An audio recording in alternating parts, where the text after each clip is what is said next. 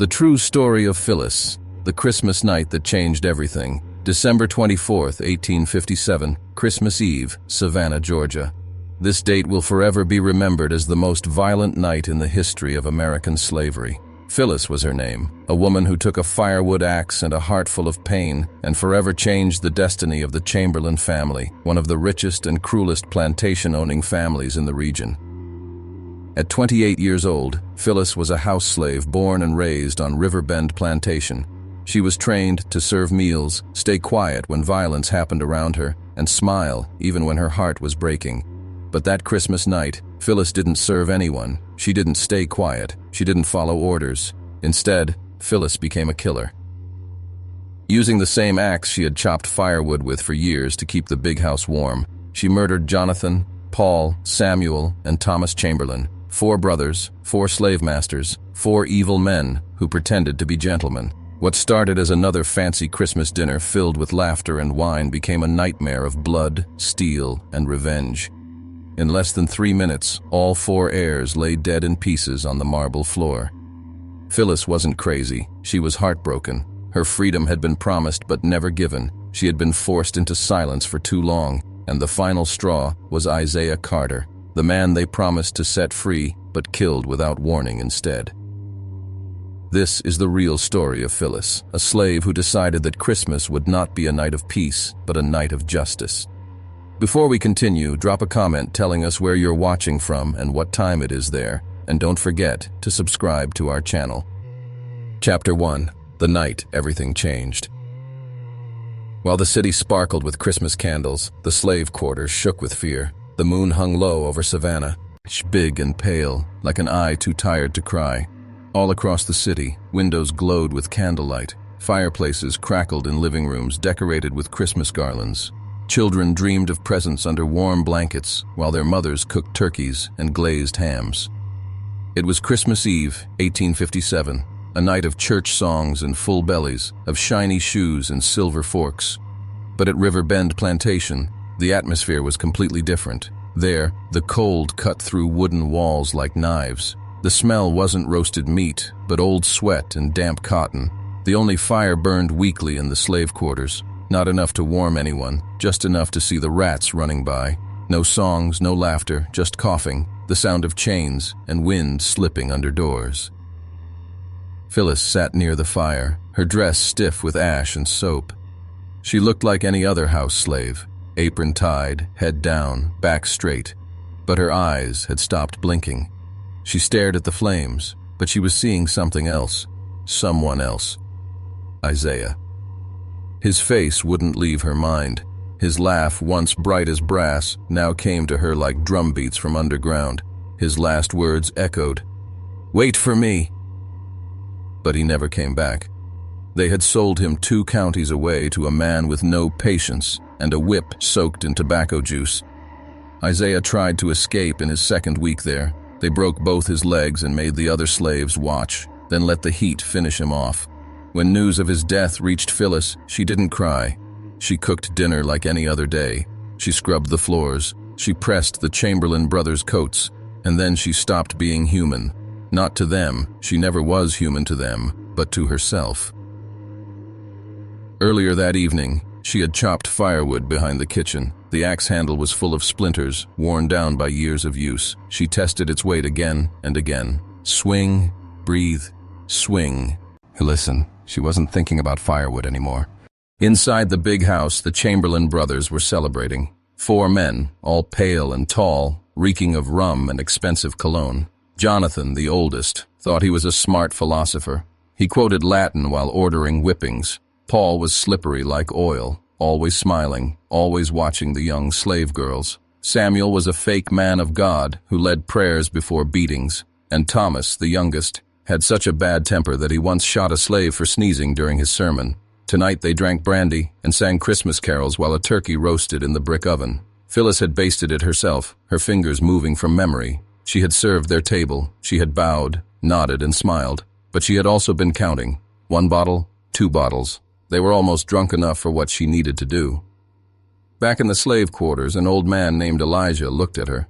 "You're quiet tonight, girl," he said. Phyllis didn't turn around. She just said, Quiet doesn't mean empty, he grunted.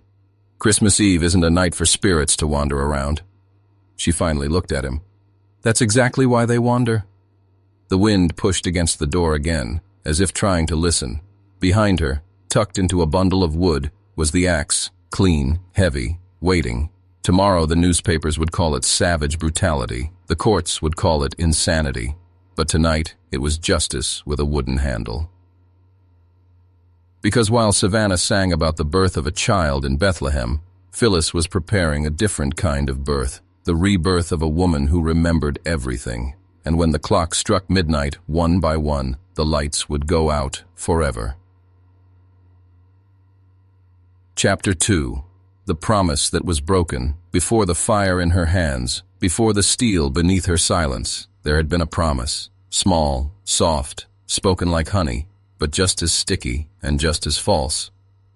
Phyllis remembered the day Isaiah arrived at Riverbend. He walked with his shoulders back, a rare posture among men who had learned to bend over young. His eyes were sharp, not rebellious, but not yet broken either. He had the kind of presence that made others stand taller when he passed by, even if they didn't know why. He wasn't born in chains, not completely. His mother had once been a free woman until someone signed a paper that turned freedom into a lie and turned blood into property. In the beginning, Isaiah was sent to work in the fields. He worked hard without complaining.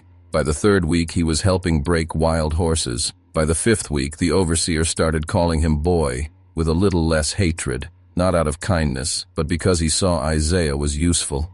And by the 2nd month, Isaiah was talking with Phyllis behind the smokehouse in the dark, where only the stars could hear them.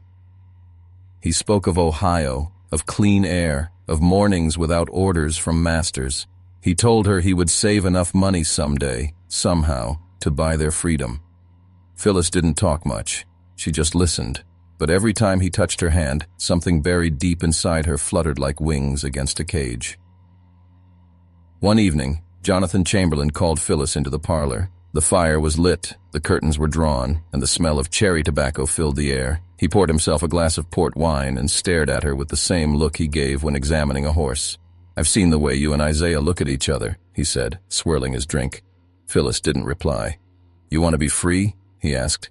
"You keep working hard through Christmas. Keep your head down. Make this house shine, and come spring." He paused, smiling. "Maybe I'll write the freedom papers."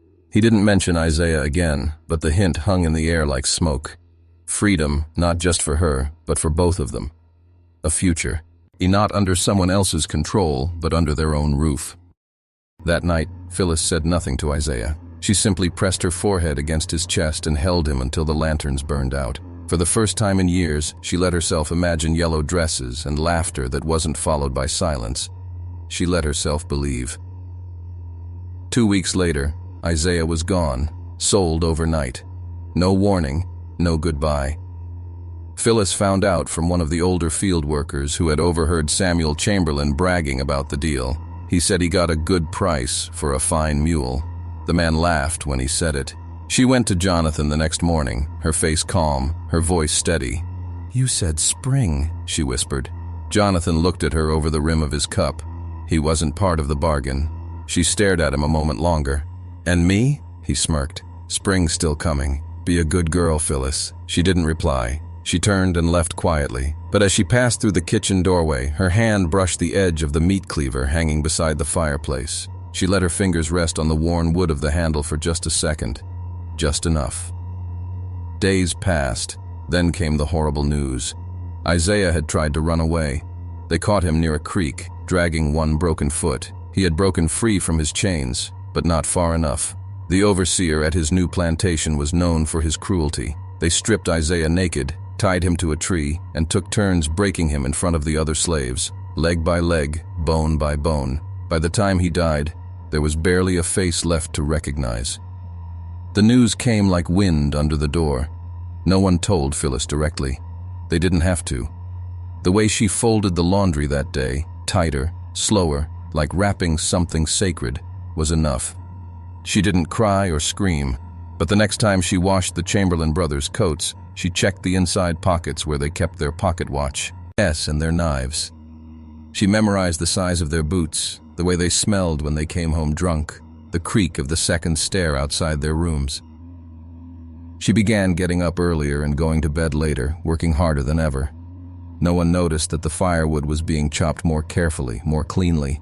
No one noticed that the axe was moved, cleaned, and dried with extra care. No one noticed how her eyes never looked at the ground anymore. The promise had been broken, but something else had taken its place, something colder, older, patient, like frost waiting beneath soil. Isaiah was gone, but Phyllis was still here, watching, waiting, and the axe no longer belonged to the firewood. Chapter 3. The tool becomes a weapon. It was just a tool, heavy, worn, smoothed by years of rough hands and the sweat of backs that never got rest. Phyllis had held that axe for 7 winters, splitting logs, chopping kindling, feeding the kitchen fire that warmed the food of men who fed off her silence.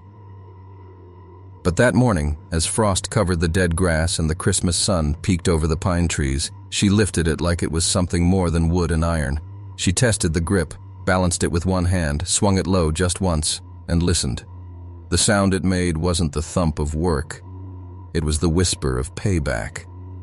The yard behind the kitchen was still quiet.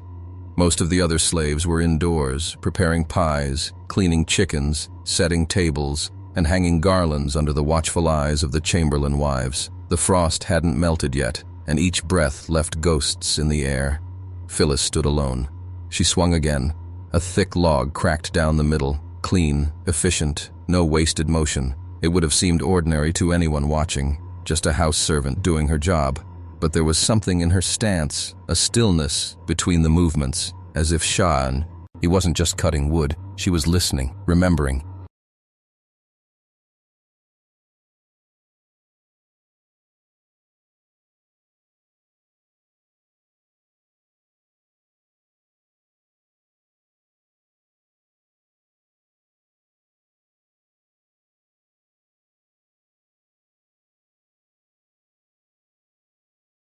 Each blow of the axe became a heartbeat in reverse, one for every lie she'd been told, one for every scar Isaiah carried, one for each of the 4 men who would die before dawn.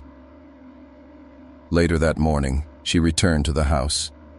Her apron was clean, her eyes were lowered, her hands were folded in front of her like a prayer. To the Chamberlains, she was still the quiet one, the obedient house girl who never raised her voice, never questioned a command. Jonathan sat in the parlor, polishing his boots. Samuel was at the piano, humming a hymn between sips of whiskey. Paul watched the younger house girls move around the room like prey in a cage, and Thomas hadn't come downstairs yet. Phyllis moved between them like breath itself. She placed firewood beside the fireplace. She lit candles. She dusted the frame where their father's portrait hung, a man whose name was carved into property deeds, slave record books, and tombstones alike. The Chamberlains were his legacy, molded in his image, arrogant, cruel, confident. They could never be touched. But none of them noticed that Phyllis's hand lingered on the mantelpiece, that her fingers traced the edges of the iron fire tools, that her eyes flicked briefly to the large keyring hanging near the back door. At midday, she returned to the slave quarters, not to rest, she hadn't truly rested in years, but to gather things no one else would think to notice. A rag soaked in lard to silence squeaky hinges, a spare apron to wrap the axe in, and a threadbare shawl that smelled of old smoke and bone dust. She tucked everything behind the stacked crates near the smokehouse, covered it with salted rags and fish barrels. She walked slowly, deliberately, never rushing, not because she feared being seen, but because she wanted to remember every step, every breath, every beat of her heart before it changed its rhythm forever. That evening, as the sun began to drop behind the pine trees, Phyllis watched the Chamberlain brothers gather in the great room. They laughed loudly and drank brandy warmed by the fire. The smell of roasted duck filled the house. A string trio, slaves borrowed from a neighboring plantation, played softly in the corner. Glasses clinked, boots stomped. They were celebrating because they believed themselves untouchable, because no one had ever told them otherwise, because no one like Phyllis had ever been given the chance. But something else filled the air that night. Not just music, not just smoke. It was memory, thick and bitter, rising like sap through the floorboards. The axe remembered, and so did she. Tomorrow the walls would be soaked with blood, but tonight they were still clean. Phyllis moved through them with quiet grace, and with every step, the weight of the wrapped axe near the smokehouse pulled the future closer, inch by inch, heartbeat by heartbeat. It was no longer just a tool. It was a name she hadn't spoken aloud yet. But soon, the axe would speak for her. Chapter 4. The Four Brothers of Evil. They wore their cruelty like expensive coats, tailored, polished, passed down from their father. Jonathan, Paul, Samuel, and Thomas Chamberlain, four brothers born into land, liquor, and lawlessness, sons of Colonel William Chamberlain, a man known across Georgia not for justice, but for how efficiently he could turn people into property. When he died, he left behind a house of brick, 400 acres of sugar cane and cotton, and a legacy of blood dressed in wealth. Each brother had learned a different lesson from their father. Each one carried it in his own way, and each would soon pay for it. Jonathan was the eldest at 42, the thinker, the one who quoted scripture and Shakespeare while ordering punishments. He believed in order, not justice, not mercy, just order, a system with him at the top, and everyone else nailed beneath. He took pride in his logic, in his self-control, in how cleanly he could command a man's breaking without raising his voice. What she did now wasn't prayer, it was remembrance, names, dates, faces, recited not to heaven, but to herself. Phyllis sat on a low stool near the back pantry, her apron clean, her hands folded over her knees like a woman waiting to be called. The room behind her pulsed with drunken laughter and the shuffle of boots on polished wood. It would be soon. The wine had worked. The fire was low. Outside, the wind moved slowly across the cane fields, brushing the long blades like hands over the backs of the forgotten. She closed her eyes and began the list. Elsie, Isaiah, Mama, Binta, Moses, Hector, Grace. One name for each step she would take through that house, one for each swing of the blade. Each name was a weight, each was a drumbeat in her chest. She was not alone. They were all with her now.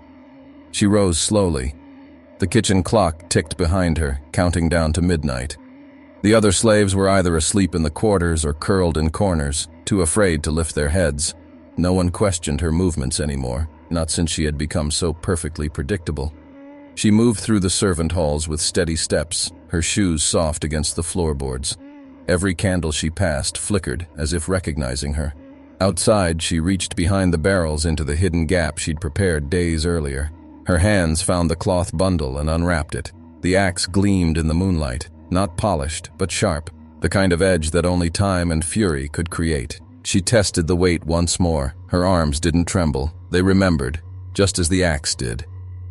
Inside the house, the Chamberlain brothers were in different rooms now. Jonathan had retreated to his office, thumbing through his ledgers. Paul had followed a girl upstairs, one too young to know what was coming. Samuel had passed out near the fireplace, still holding a glass of wine. And Thomas, restless, wandered the hall with his pistol swinging lazily from his belt. They were scattered. Good. Phyllis had planned for that. Not in words, not on paper, but in bone, in silence, in the corners of her mind where rage lived like a coiled snake. She inhaled deeply through her nose. The air smelled of cinnamon, cedar, and smoke. The smoke was from the kitchen fire, but she imagined it rising from something older. The kind of fire that once lit the way for runaway slaves in the swamp. The kind of fire that signaled war. She stepped inside the back hallway. The floor creaked once and then held. She tightened her grip. From this point forward, there would be no turning back, no mercy, no last words. Only the axe and the names. Grace, Thomas, Isaiah, Samuel, Elsie, Paul, Mama, Jonathan. She didn't say them aloud. They pulsed in her chest. Outside, the final bell of the church began to toll for midnight. Inside, no one knew it would also toll for the end. Phyllis took one more breath, not as a servant, not as a slave, but as a woman who remembered everything. Chapter 6. The House of Noise and Blood. The house had never been so loud or so blind. Laughter roared from the parlor like thunder over the cane fields. Bottles clinked, cards slapped on oak tables, boots thudded across rugs woven in distant lands. Outside, the slave quarters flickered with quiet. oil lamps burning low, whispers buried under layers of fear and exhaustion. But the big house, swollen with noise and wine, had no idea that the silence beyond its walls was watching. Phyllis moved through that noise like fog. She brought out platters of roast duck and cornbread, refilled glasses, cleared bones left chewed and bloodied on the edges of fine china. Her feet made no sound on the floor. Her hands trembled only once, and not from fear, but from restraint, because everything was in place now. The axe was hidden in the hallway linen chest beneath folded sheets. The doors were unlocked. The locks had been loosened earlier. The path was clear. She only needed time and darkness, and for each of them to be alone. Jonathan was the first to separate. He said the noise gave him headaches. He left the parlor with a mutter, holding his ledger like scripture, always writing, always planning. Phyllis knew where he'd go, the office with the red rug and the iron key above the fireplace. She had dusted it that morning. Paul had disappeared with a young housegirl just after dessert. The girl hadn't spoken all day. Phyllis had watched her hands shake as she served the wine, had seen the way Paul's palm lingered on her waist as they left the room. She was 15 maybe. Phyllis didn't know her name.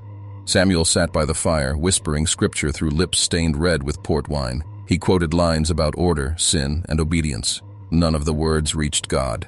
His head lolled back on the chair, the Bible resting open on his lap. His fingers twitched. He was slipping under the influence of the alcohol. And Thomas paced.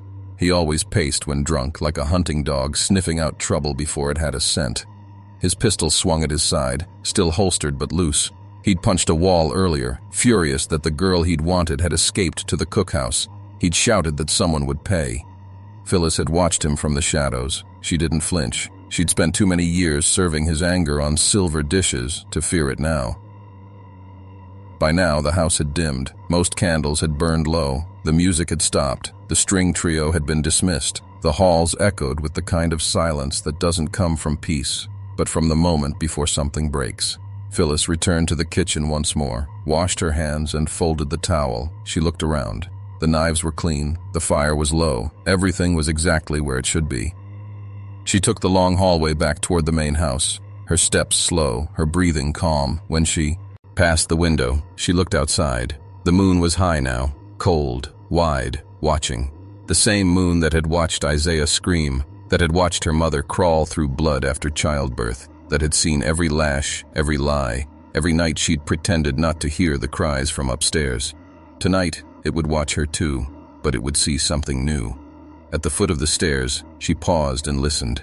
One man upstairs, one in the study, one unconscious by the fire, and Thomas still roaming. She didn't pray. She just reached into the linen chest, wrapped her fingers around the wooden handle, and lifted. The axe felt lighter than it ever had, because it no longer carried wood, it carried memory. And what Phyllis had to do now was not for freedom, it was for balance. Chapter 7. The First Death. Jonathan. The office smelled of pipe smoke, leather, and old ink, the scent of ledgers, of decisions made in quiet rooms while others screamed elsewhere. Jonathan sat alone, as she knew he would. A half-empty glass of brandy rested on the desk beside the plantation accounts. He read with his boots propped on a stool, fingers tapping gently along the edge of the page. The oil lamp cast long shadows across his face, softening the lines that arrogance had carved into him over the years. Phyllis stood outside the door, silent.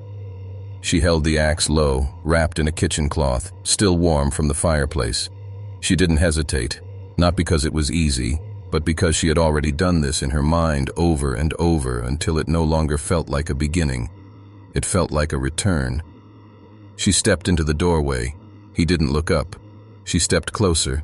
He heard her now, and she said nothing. She just stared, his brow furrowed, confused by the silence.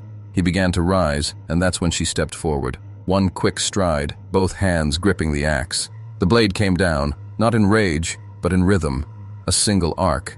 The edge found the crown of his head with a sound like wet wood splitting. The body twitched. The glass of brandy tipped from the desk and shattered. Blood pooled across the ledgers. The numbers bled with him.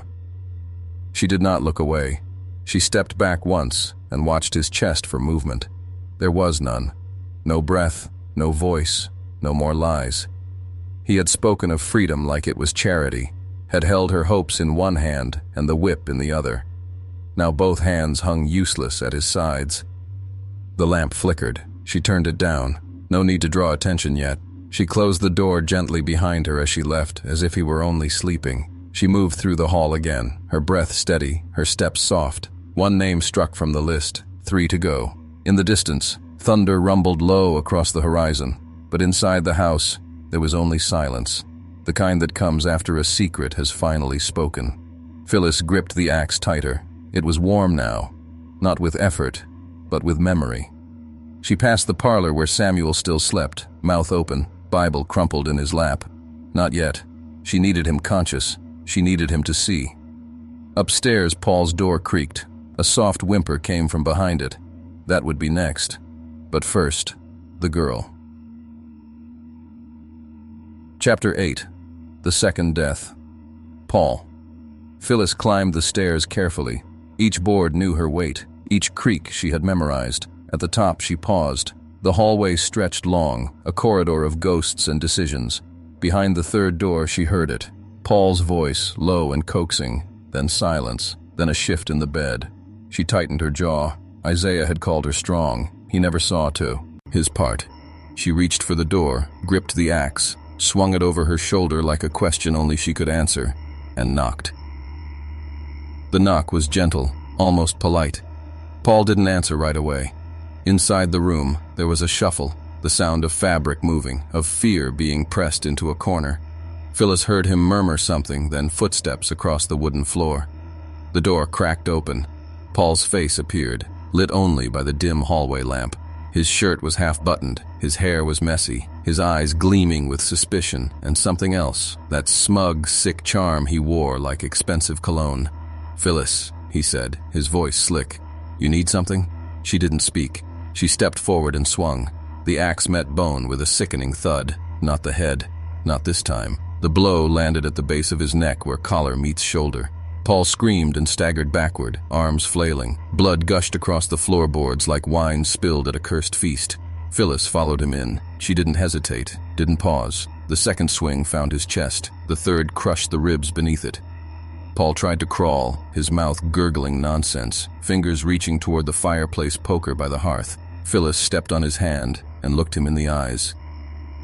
Her name, she said, her voice low and steady, was Elsie. The final blow came like thunder, and Paul Chamberlain stopped moving. In the corner of the room, the girl trembled under a blanket. She couldn't have been older than 15. Phyllis lowered the axe, breathing hard now, blood soaking her apron. She turned to the girl, who flinched with wide eyes. Phyllis stepped closer and kneeled, her voice soft. "You don't have to run." The girl stared at her like she wasn't real, like she'd just seen a ghost tear open the earth. The girl nodded and ran.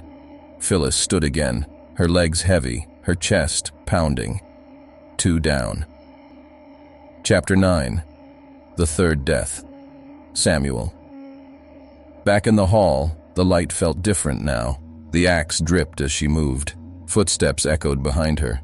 She turned fast, just in time to see Samuel stumbling from the parlor, still holding the Bible, blinking at the blood on the floor. He froze when he saw her. "Phyllis, what is this?" he slurred. "Where's Jonathan? What have you done?" She said nothing. He looked at the axe, at the trail of blood leading from Paul's door, then at her eyes. "No," he whispered. "No, girl. Don't you know what you're doing?" She stepped forward. He backed away. "It's Christmas," he pleaded. You can't do this on his day." She stopped and looked him dead in the eye. "His day came and went," she said. "This one's mine." Samuel turned to run and made it to the top of the stairs, slipped and fell hard. His Bible flew from his hand and tumbled down the steps. Phyllis followed him one step at a time, axe in hand, calm as Sunday rain. At the bottom, he lay groaning, blood on his mouth. He tried to speak, quoted scripture, but she wasn't listening anymore. He'd preached forgiveness while ordering pain, sung hymns while others buried their children. Now his voice cracked like old wood. She raised the axe and ended the sermon. 3 down. Only Thomas remained, the loudest, the cruelest, the one who never hid what he was. Phyllis turned and walked through the hall, blood trailing behind her like ink on the final page of a book long overdue to close. Somewhere in the house, a door slammed. A scream, not hers. Thomas had found a body. He was awake now, armed and hunting. Good. Let him come. She gripped the axe. The storm wasn't over. It was just beginning. Chapter 10. The Final Battle. Thomas. The house was breathing now, not with life, but with heat, blood, and something older. The kind of breath that rises from graves, the kind that knows names. Smoke hung low in the corridors. The oil lamps had burned down to a dim orange haze, casting shadows that moved like ghosts along the walls. Blood painted the floorboards. 3 bodies lay where Power once sat. Jonathan in his chair, Paul in the bedroom, Samuel at the foot of the stairs. Only one remained, and he was ready to kill. Thomas Chamberlain's boots thundered through the house, each step a threat. He called her name now, not quiet, not cautious. "Phyllis," it echoed. "Come out, you damn witch. You think I don't know what you done?" She heard the click of his pistol. "You hear me? I'll shoot you slow." He was hunting, but the thing he didn't understand, the thing none of them had, was that Phyllis hadn't run. She hadn't hidden. She was waiting, because Thomas wasn't a surprise. He was the final obligation. She stepped into the dining room. The long table was still set. Silver forks, crystal glasses, the duck half-eaten, wine bottles half-drained. The fire had died down. Ashes glowed faintly in the fireplace. She walked to the head of the table and sat. She placed the axe beside her on the polished wood. The blood had dried now, black around the handle. Her hands were steady, her breathing calm. She faced the hallway and waited. It didn't take long. Thomas stormed in, eyes wild, pistol raised, shirt open, face red from rage and drink. He saw her sitting there, quiet as stone, his lip curled. "You think this is over?" She didn't answer. "Get up," he spat. She stayed seated. "I said, get up!" She stood fast, and that motion was enough. He fired. The shot missed, the bullet thudding into the chair behind her. She didn't flinch. He cursed and tried to reload. Too late. She crossed the room in 3 strides. He raised his arm to block her. The axe came down, not once, but again and again. Not wild, not... Thomas screamed, fell, tried to crawl. She followed him to the floor. This time, she didn't say a word. When it was done, the only sound was the crackling of dying embers. Phyllis stood in the center of the room, soaked to her elbows, her apron red, the blade dripping onto the marble tiles. All 4 were gone now. The Chamberlain name choked by its own root. She looked at the feast they'd left behind. The duck, the silver, the wine, all untouched by justice until now. She picked up a glass, poured a small measure of red wine, and sat again at the head of the table. The blood on her hands clashed with the crystal, but she raised it anyway. Not in celebration, but in memory. For Isaiah, for Elsie, for her mother, for the ones whose names had been swallowed by silence. She drank alone. When the morning light broke through the windows, it found her still sitting there, still calm, eyes open, not afraid, not finished, only free. Not because the law would spare her, it wouldn't, but because the truth had finally spoken. And in that silence, after screams, after steel, there was peace. The kind you don't find in prayers, only in reckoning. Chapter 11. The morning after. They came for her just after sunrise. A neighbor had seen the smoke and sent a rider. The sheriff arrived with 6 men, all armed, all pale. When they stepped into Riverbend, the silence was thick, like walking into a church after the last hymn. They found the bodies where she left them. Jonathan slumped over his books, Paul in his blood-soaked bed, Samuel with his Bible open to Exodus, Thomas sprawled across the dining room floor, pistol still in hand, eyes wide like he'd seen judgment walk into the room with a kitchen apron and an axe. And Phyllis, she was still at the table, back straight, hands folded, waiting. They didn't ask questions. They didn't read her rights.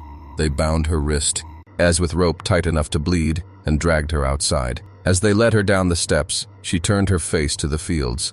She looked out over the rows of cane, now brittle and frozen in the winter air.